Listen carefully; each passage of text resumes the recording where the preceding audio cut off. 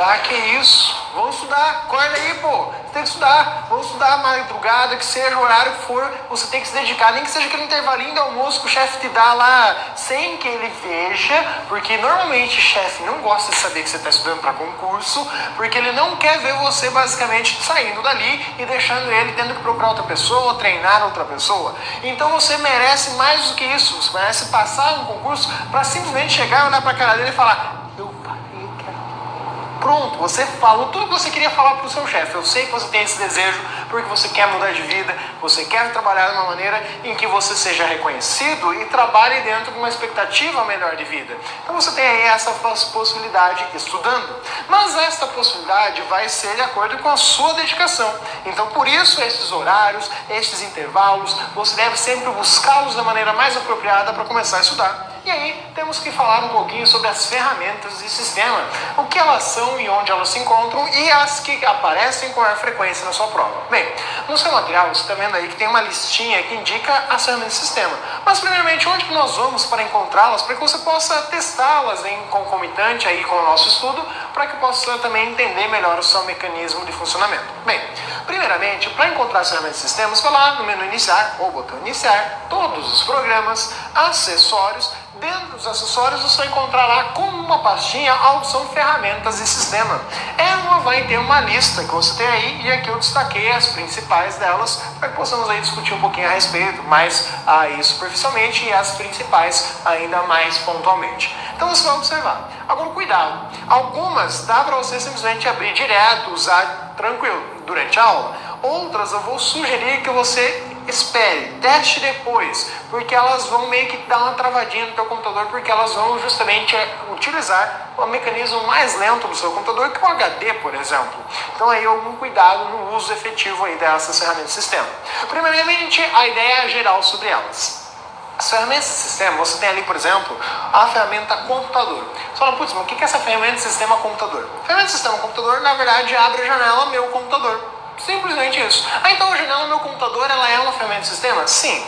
Na verdade, meu computador e o Windows Explorer, elas são exatamente a mesma janela. Elas mostram as mesmas ferramentas, permitem você navegar entre os arquivos e pastas, fazer todo o processo igualmente. O que muda é a ideia. Porque quando você abre a janela do meu computador, você tem a intenção, a visualização de um local. Porque a janela do meu computador, o que ela ilustra efetivamente de diferente, são as unidades de disco. Por meio do caminho, então, você consegue visualizar o tamanho dos HDs que você tem conectado, o espaço em disco livre, o espaço ocupado. Então essas informações você visualiza justamente por meio da janela do meu computador. Então uma característica aí funcional realmente da coisa. Agora cuidado também com outras informações que vão estar vinculadas a esta ideia de informação sobre o sistema. Então ela acaba meio que juntando aí algumas partes referente a isso. Por quê? Dentro da janela do meu computador eu visualizo o tamanho do HD. Ponto. É isso que você tem ali como visualização. Eu posso ver essa informação em outro lugar? Sim, mas aí cuidado. Vamos ver isso a respeito da opção de informações sobre o sistema. Na sequência aí também tem o desfragmentador, extremamente importante, tanto que vamos falar especificamente dele, seu mecanismo, como funciona. A informações do sistema. Essa aqui eu indico que você clique para testar. O desfragmentador ainda não. Tá? Use e clique ali na opção informações do sistema. Você vai perceber que, primeiro, apesar do nome, esta informações do sistema encontrada como uma ferramenta de sistema é diferente daquela que você abre lá pelo painel de controle ou também pela combinação de teclas de atalho Windows mais pause. Então se você apertar o Windows pause vai abrir uma janelinha. A janelinha que aparece, na verdade, ela é propriedades do sistema. O que ela oferece para você quando você usa essa janelinha Windows pause? Ela te traz qual é a versão do sistema operacional que você tem instalado, se ele está um sistema autenticado, ou seja, se você comprou a licença e ela está registrada ali para você poder usar, ou se é um sistema pirata, vai aparecer ali, vai aparecer o quanto de memória você tem nesse computador, vai aparecer qual é o processador que você tem. Então aparecem essas informações acerca destes dispositivos por meio da janela de propriedades do sistema neste momento. Mas nesta janela não aparece a propriedade do tamanho do HD. Então aí você identificou qual é o ponto que a questão pode explorar de você. Mas, por meio da opção Informações de Sistema, você percebe que tem informações mais detalhadas, informações mais técnicas, inclusive. A primeira, que aparece ali como resumo do sistema, indica ali quanto que eu tenho de memória usada, memória específica mesmo, espaço disponível para uso, quanto que é a memória de paginação, memória virtual, tem um monte de informações ali diferenciadas. Então, ele traz mais detalhes. Pode-se encontrar aqui, por exemplo, informações sobre os dispositivos que eu tenho conectado ao computador. Beleza. Então, aqui eu posso achar, por exemplo, o HD. Já nesta outra, que é a propriedade do sistema, não. Então, cuidado com essa sutil diferença entre as duas opções. Entre uma ferramenta do sistema e a outra como uma ferramenta que tem lá no painel de controle. A limpeza de disco também vamos trabalhar pontualmente. Não sugiro que você abra ela agora, porque ela vai dar uma travadinha ali, porque ela vai fazer uma análise de como está o seu computador em primeira instância. Então, espera aí. E a opção mapa de caracteres. Essa aí você pode abrir agora. O que é o mapa de caracteres?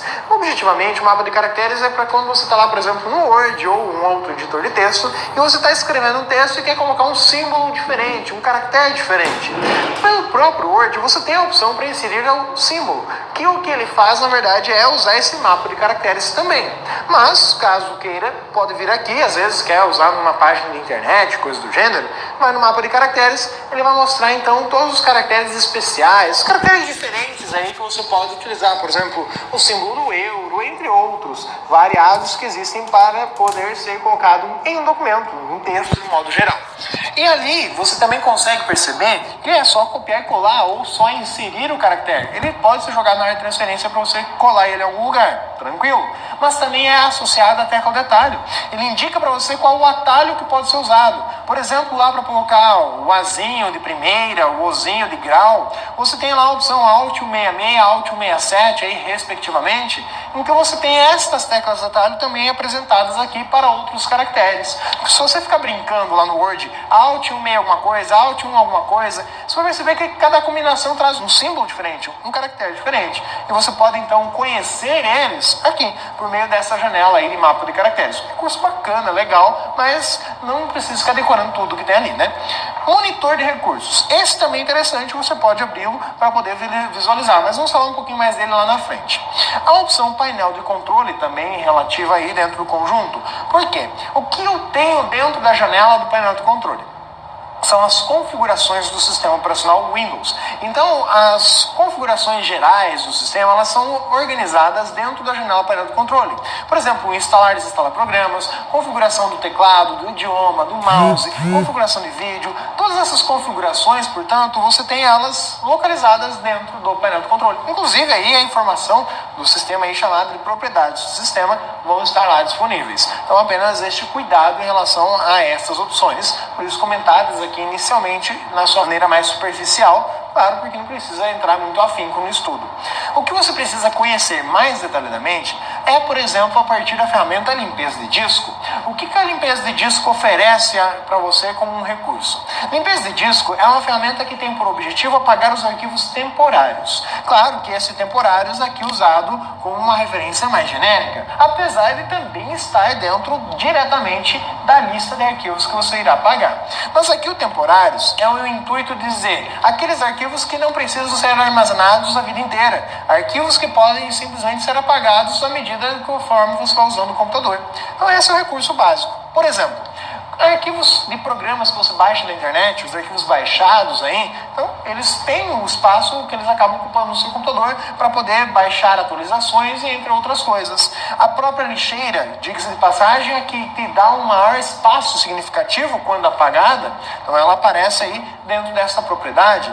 Ou o recurso miniaturas. Miniaturas foi a partir do Windows Vista que começou a aparecer aí. Na verdade, no Vista ainda depois de atualizado. Foi aí a partir do Windows 7, efetivamente, que ele já vem de cara para poder remover as miniaturas. Por quê? O que é a miniatura? Uma imagem e uma foto que você tem no computador. Não necessariamente. O que acontece? Toda vez que você coloca um CD de fotos, vamos pegar aí situação 0. Primeira situação. Colocou um CD com fotos. A primeira vez que você vai conectar esse CD, colocar o CD e abre lá na janela Windows Explorer, meu computador, e mostra as miniaturas lá com o modo de exibição extra grande, que seja, o médio. Então você, ao visualizar no modo miniatura, você percebe que a primeira vez que você colocou esse CD, ele vai montando as fotos bem devagar, ele vai lendo o CD e vai colocando a miniatura da foto ali. Mas a segunda vez que você coloca o mesmo CD, isso já é bem mais rápido. Por quê? Porque a primeira vez ele demorou mais, porque para ler o CD é lento. E aí, justamente para se precaver e tornar mais rápido o acesso para as futuras situações, o próprio Windows ele vai lá e criou e salvou as miniaturas daquelas fotos no seu computador, para que nas próximas vezes justamente fosse mais rápido. Não tem que buscar a informação do CD, e sim buscar de dentro do computador. Mas isso gera um arquivo que ocupa espaço, ainda mais porque é um arquivo de imagem. Então ele está ocupando um espaço dentro do seu computador, que às vezes não é necessário manter essa informação. Logs de erro. Então tem vários tipos de log. Primeiro tem que lembrar aí o que é um log. Um log nada mais é do que um registro de ações. Que tipo de registro de ações? Registros de ocorrência de erro, por exemplo. Então tem aqui, aconteceu um erro, vou apagar esse erro. Aconteceu tal coisa, vou apagar essa informação porque já não me interessa manter ela ali. Entre outras várias informações, como por exemplo, apagar aí os arquivos temporários, propriamente ditos, os arquivos de páginas da internet offline, quando você vai lá e fala, eu quero navegar nessa página no modo offline. Ele vai ter que guardar aquela página temporariamente. Então, todos esses arquivos, eles são arquivos que ocupam espaço. Então, realizar a opção de limpeza de disco é interessante que seja feito com uma determinada frequência, para poder liberar espaço em disco. Então, às vezes, eles podem usar essa ideia. A limpeza de disco libera espaço em disco. Sim, ela vai apagar aqueles arquivos que não nos interessam. Arquivos que não têm aí um objetivo maior, ou não precisam ficar armazenando eles. Essa é a ideia. Eles podem simplesmente parafrasear o conceito, dizendo que você vai apagar os arquivos temporários. Então, o conceito de limpeza de disco é apagar todo esse conjunto de arquivos que não nos interessa mais. Ponto. Você deve fazer isso? Sim. Depois da aula, depois se você não for mexer mais, sugiro que faça a limpeza de disco para poder utilizar aí o computador melhor nos seus recursos. Qual a periodicidade? Depende. Normalmente é a média de 6 meses, pelo menos, você deve realizar a limpeza de disco. Não há uma periodicidade assim, tem que ser tanto em tanto tempo. Vai depender muito do que você observa ali. A lixeira, por exemplo, ela vai estar com seus arquivos. E aí você vai dizer se você quer ou não. Porque a limpeza de disco é do tipo, assinalar. Você que vai dizer, olha, eu quero tirar o que está na lixeira ou não. Então você consegue trabalhar em cima desses aspectos. Então, defina o que você acha interessante para limpar. Só a lixeira já dá um bom espaço de trabalho. O desfragmentador. O desfragmentador, ele cai muitas vezes nas provas colocado como, por exemplo, o desfragmentador, e daí coloca o conceito de uma outra ferramenta de sistema. Então é muito comum eles trocarem esses conceitos e qual é a ferramenta em si.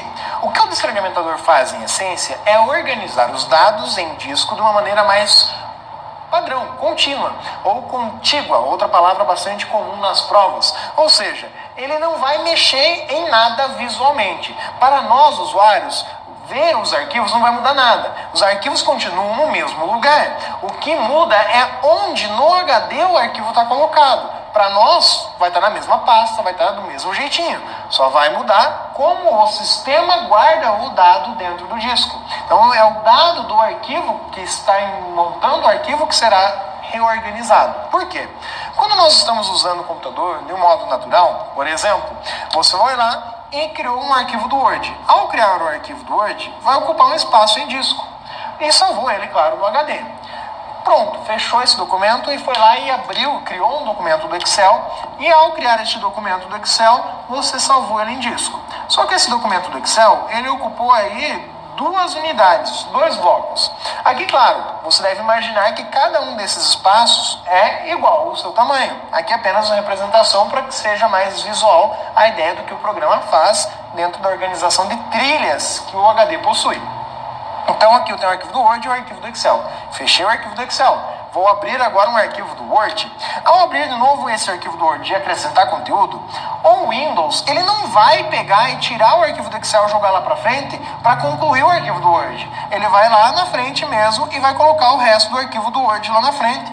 Só que ele, claro, vai criar uma ligação ao final deste arquivo dizendo onde deve procurar a outra parte para continuar a ler o arquivo. Aí, beleza, fechei esse cara e fui lá e gravei um monte de fotos no meu computador. Beleza, ao gravar um monte de fotos no computador, ocupou um monte de espaço.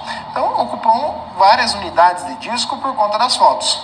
E aí, todo esse espaço ocupado aí, ele tá ali bonitinho. Pode ser que depois de um tempo eu tenha apagado essas fotos, algumas delas. Eu apaguei algumas fotos. Ao apagar algumas fotos, liberou aquele espaço. Então perceba que liberou espaço e o HD começa a ficar todo como se fosse um mosaico. Voltei a abrir aquele arquivo do Excel e acrescentar conteúdo. Novamente, o programa, o sistema operacional, vai indicar o espaço vazio para jogar o dado lá dentro. Tranquilo, jogou ali. Abri de novo o arquivo do Word e acrescentei conteúdo. Lá vai o sistema operacional acrescentar o conteúdo na parte onde que esse arquivo pode ser colocado. Então, ocupou aí 2 espaços. Voltei a acrescentar mais arquivos do próprio Excel. Beleza, acrescentei mais arquivos no Excel. Consequência. Perceba que isso aqui foi dado tudo durante a edição. Vamos imaginar agora simples processo de abrir um arquivo que simplesmente tivemos o trabalho de criar.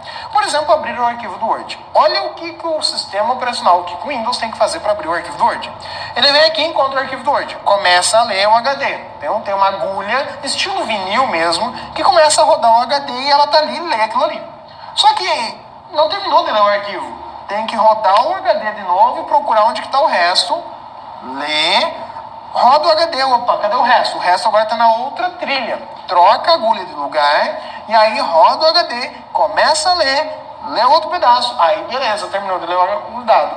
Percebeu que eu demoro para ficar rodando o HD e trocando a agulha de lugar até encontrar o arquivo?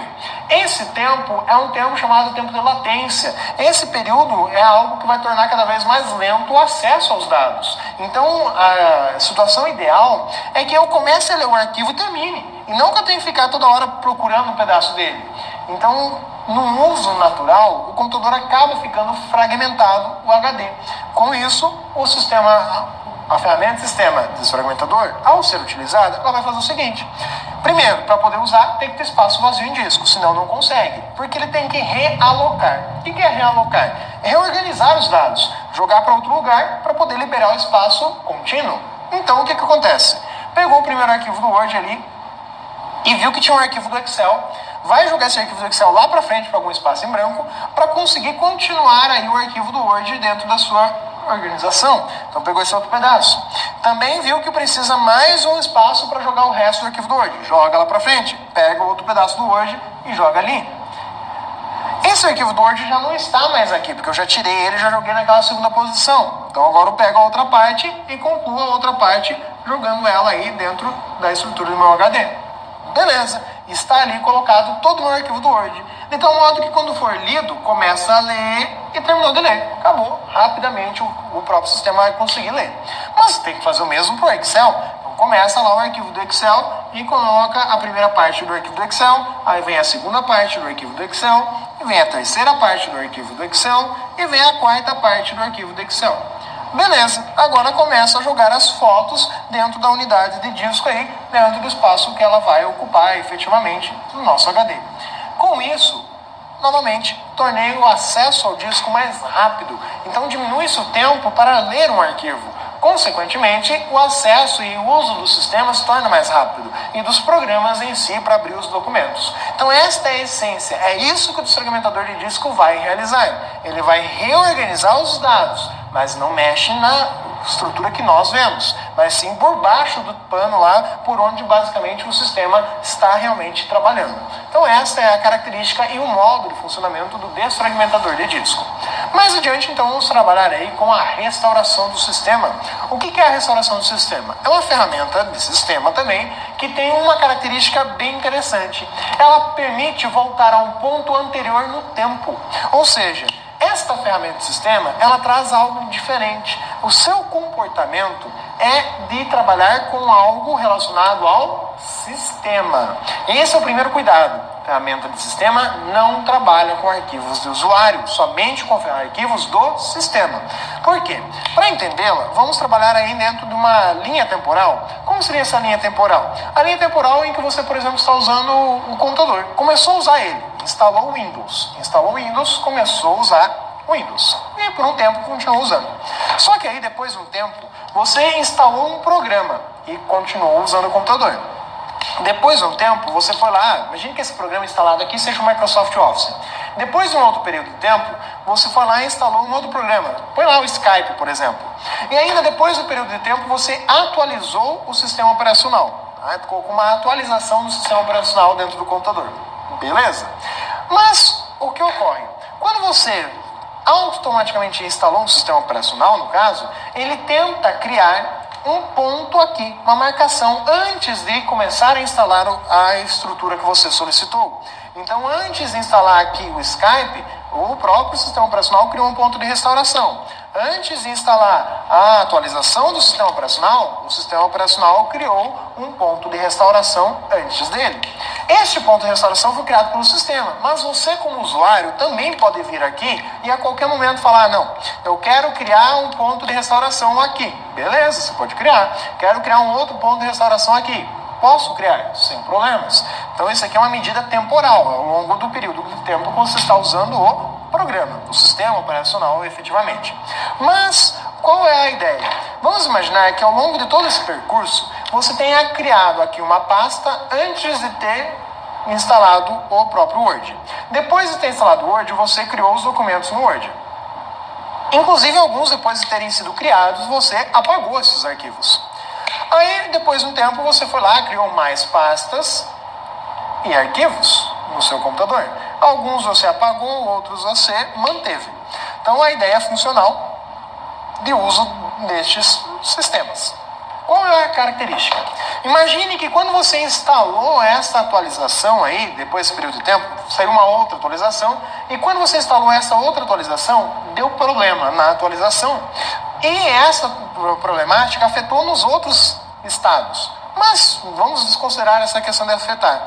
Você pode voltar a um momento no tempo como se aqueles programas ou atualizações sequer tivessem sido instaladas. Ou seja, eu posso voltar a esse ponto de restauração aqui no início como se eu sequer tivesse instalado o Word, o Office no caso, ou o Skype, ou a qualquer uma das atualizações. Então eu posso voltar nessa situação. Mas a pergunta é, o que irá ocorrer com todos esses arquivos que eu criei e inclusive aqueles que eu apaguei? Eu vou perder? Não, você não vai perder. Também não vai poder recuperar o que você apagou. Ou seja, a ferramenta restauração do sistema não recupera arquivos do usuário. Se eu apaguei o arquivo, não tem nada a ver com a restauração do sistema se você vai querer recuperar esses arquivos ou não. Simplesmente ela volta às estruturas do sistema. Configurações do sistema operacional, registros do Windows, retorna aí a estrutura básica de configuração de fundo de tela, entre outras coisas, estruturas de instalações de programas. Então ele vai mexer nos arquivos de programas e não nos arquivos de usuário. Este é o cuidado essencial. Por quê? Arquivo do usuário, se você quer restaurar, você vai ter que ter um backup para restaurar o backup. É outra ferramenta e não a restauração do sistema. Cuidado com isso. Então, essa é a restauração do sistema. Só isso, só isso. Transferência fácil. A transferência fácil é um recurso que é mais usado quando você vai migrar de computador. Então, por exemplo, você comprou um computador novo, ou mesmo vai formatar o seu computador e instalar o próprio Windows 7 ou uma versão mais nova dele, você pode fazer uso da ferramenta Transferência Fácil para tornar mais simples a atualização ou migração para o novo computador. Por quê? Quando você usa a ferramenta Transferência Fácil, você vai poder indicar, claro, o que você quer, mas por padrão ela vai englobar os arquivos de quem? Arquivos do usuário e configurações do usuário. Mas no caso, as configurações seriam as configurações do sistema atribuídas ao usuário. Como assim? Fundo de tela, essas informações, a cor de tema que você utiliza, tipo de fonte, apresentação, slide, diz que você tenha colocado lá, como proteção de tela, entre outras coisas. Então são configurações do sistema, mas que estão atribuídas ao usuário. E os arquivos próprios do usuário, ou seja, os arquivos que estão lá na sua pasta Meus Documentos. Então dentro lá você tem as suas músicas, seus documentos pessoais, tem os seus vídeos, tem as suas imagens. Favoritos dos navegadores também estão ali dentro da sua pasta de usuário. Cuidado com isso. Favoritos também entram, mas é porque são os arquivos de usuário, está ali dentro do conjunto. Então, ao utilizá-la, ela vai gerar um arquivo. Ela vai criar um arquivo. Esse arquivo contém todas estas informações. Normalmente você vai salvar em um pendrive, um DVD, para que depois que você instalar de novo o sistema operacional ou no outro computador, você vá de novo usar a ferramenta Transferência Fácil para importar este arquivo gerado. E ao importar este arquivo gerado, você vai recuperar todas essas informações. Ou seja, dá para fazer como fosse um backup? Não, porque não é a ideia de backup. Backup é restaurar arquivos caso venha a perdê-los. Aqui você está simplesmente migrando, tirando um lugar para ir para outro lugar, mudando de ambiente, coisas do gênero. Então ele vai criar uma estrutura que facilite, para que você não tenha que ficar pegando arquivo por arquivo. Simplesmente ele pega tudo numa pancada só e já leva para lá. Fora que te facilita a vida em termos de ficar configurando todo o seu sistema. Essa é a vantagem da transferência fácil. Aqui você vai estar simplesmente migrando de um computador para o outro, de um lugar para outro. Essa é a ideia básica da transferência fácil. Então ela é simples, a sua usabilidade você pode usar no dia a dia caso necessário. Claro, não é uma situação frequente o uso dela. Muito bem, agora o monitor de recursos é algo que você deve utilizar. Agora você vai acionar ele e você vai perceber que ele vai estar monitorando o tráfego de redes. Que tráfego de redes? Você vai mostrar o quanto está sendo utilizado da potência da rede do seu computador para conseguir transmitir esse vídeo, por exemplo. Então essa característica vai ser ilustrada ali, além, claro, das informações de uso de memória mais detalhada, processador, o uso do HD, qual que é a taxa de uso que foi feita dele. Então todas essas informações vão ser ilustradas para você por meio dessa ferramenta. Então é bem bacana para você ter uma noção mesmo de se você precisa comprar novas peças, se o computador está aguentando o tranco ou se ele está já nas últimas pedindo já arrego para você. Então essas informações são exibidas por meio do monitor de recursos. Cuidado, quando você abre lá a informação do painel de controle, a opção lá, gerenciador de arquivos, esse cara, ele vai estar trabalhando com outro objetivo, gerenciador de tarefas do Windows, na verdade. Ele vai estar trabalhando com outro objetivo, ele vai mostrar algumas das informações que você tem aqui, mas por meio do próprio gerenciador de tarefas, tem lá a opção que permite acesso ao monitor de recursos. Então, quando você quer algum detalhe a mais, você acaba caindo dentro dessa configuração. E aí, por fim, você tem o ScanDisk. O ScanDisk, ele é uma ferramenta de sistema, apesar de não aparecer nesta lista. É verdade, ele não está ali na lista. Exato. Esse cara, ele é acessível, você encontra ele, então, quando você clica com o botão direito do mouse sobre uma unidade de disco, de preferência removível, estilo pendrive, cartão de memória. Então, quando você clicar com o botão direito do mouse em cima dessa unidade, vai aparecer lá, por exemplo, para você corrigir falhas de disco, ou procurar falhas de disco, verificar a unidade. Essas opções, elas indicam justamente o acesso a esta ferramenta. Claro que ela também pode ser acessada em outro instante, em outro momento de uso do computador, mas aqui já é a sua utilização. E ao utilizar o ScanDisk, o que você tem? Uma ferramenta que vai tentar procurar por falhas de disco e tentar corrigi-la. Ou seja, primeiro, não é garantia que vai encontrar. Segundo, ela não garante que vai conseguir corrigir. E quando ela não consegue corrigir, ela simplesmente isola. Ou seja, pensando ali na nossa ideia de um HD em forma de trilhas e setores ali divididos, a própria ferramenta, ela vai tentar encontrar alguma dessas unidades que esteja com defeito. Esse defeito pode ser um risco, como pode ter sido, por exemplo, causado por algum problema do próprio software ou deu algum problema mesmo físico na peça, realmente, e que não posso mais guardar dados ali dentro, porque senão depois eu não consigo recuperar. Se eu jogar alguma coisa ali dentro, eu perco. Então ela vai tentar recuperar. Dependendo da situação, imagina um risco, ela não vai conseguir. Então ela vai tentar isolar para que não seja mais utilizada pelo sistema operacional. Então essa é a ferramenta ScanDisk. É ela quem tenta corrigir falhas. Então a parte de corrigir falhas está relacionada à ferramenta ScanDisk. Vamos aos exercícios para praticar todo o nosso processo, hein? Assinale a alternativa correta a respeito da ferramenta de sistema identificada como restauração do sistema no Windows 7. Não é possível desfazer as alterações que a restauração do sistema faz no registro do sistema. A operação padrão de restauração não atua sobre arquivos pessoais, não servindo para recuperar a última versão de um arquivo pessoal excluído. A operação de restauração sempre retorna à configuração da primeira instalação do Windows 7. Na instalação padrão do Windows 7, os pontos de restauração são criados apenas quando novos dispositivos, como impressoras ou discos, são instalados no sistema. Os pontos de restauração são sempre criados automaticamente pelo sistema, não sendo possível criar um ponto de restauração manualmente. Primeiramente, ele diz para você aí na primeira alternativa que não tem como desfazer o que uma restauração do sistema faz em um registro do Windows.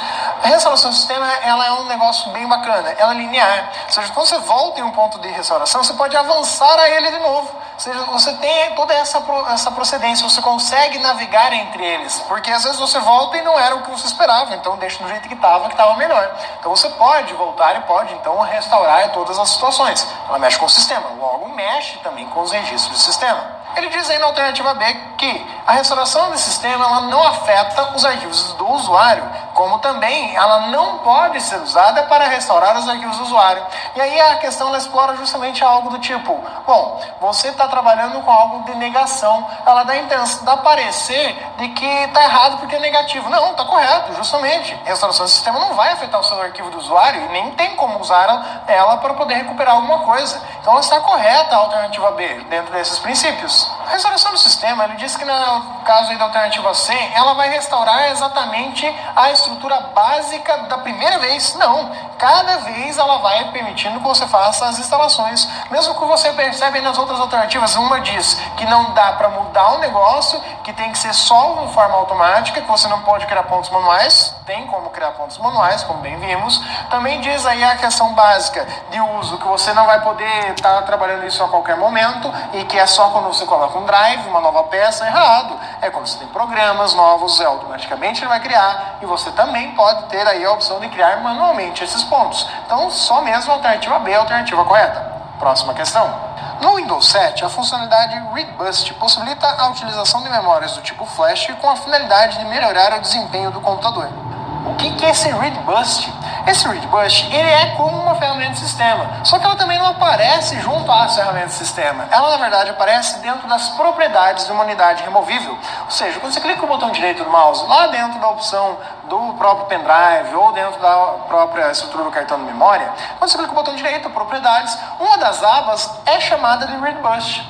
Isso vai permitir que você use o cartão de memória ou um próprio pendrive como uma expansão da memória RAM. Claro que ele vai ser mais lento que a própria memória RAM, mas já permite você trabalhar de uma maneira mais rápida. E principalmente quando você tem pouca memória RAM no seu computador, justamente para evitar o acesso ao HD e tudo mais. Meio que funcionando como uma cache entre a memória RAM e o próprio HD. Então um recurso bem bacana, existe e a funcionalidade dele é justamente essa. Correta a questão? Próxima questão.